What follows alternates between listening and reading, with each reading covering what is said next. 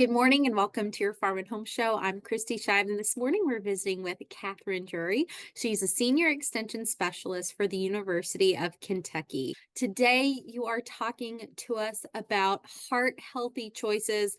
Katherine, why is this so important and why are we focusing on it this month in February?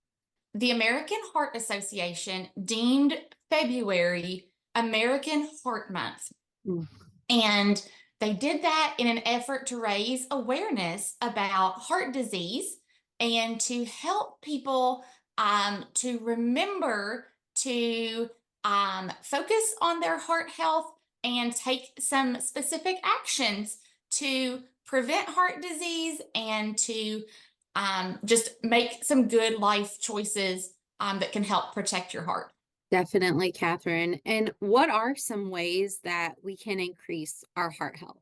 Heart healthy living, just in general, involves understanding your risks related to heart disease, making general healthy choices. We'll talk some more about what that means, and taking steps to reduce your chances of getting heart disease or living well with heart disease once you have it. So, knowing your risk factors, some of those things are just demographic. We know that an individual's gender, their age, their family history as it relates to heart disease all can play a factor in a person's increased risk of developing heart disease themselves.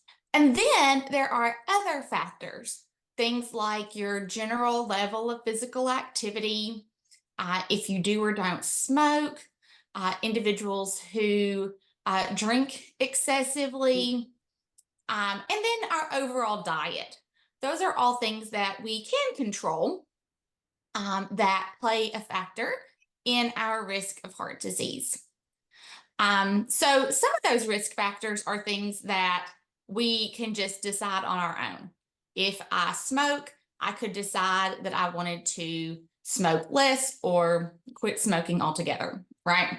But other of those risk factors are things that we really need to have a conversation with a doctor about, Mhm. because things like your blood pressure, your cholesterol level, those all play into your propensity, your likelihood of developing heart disease.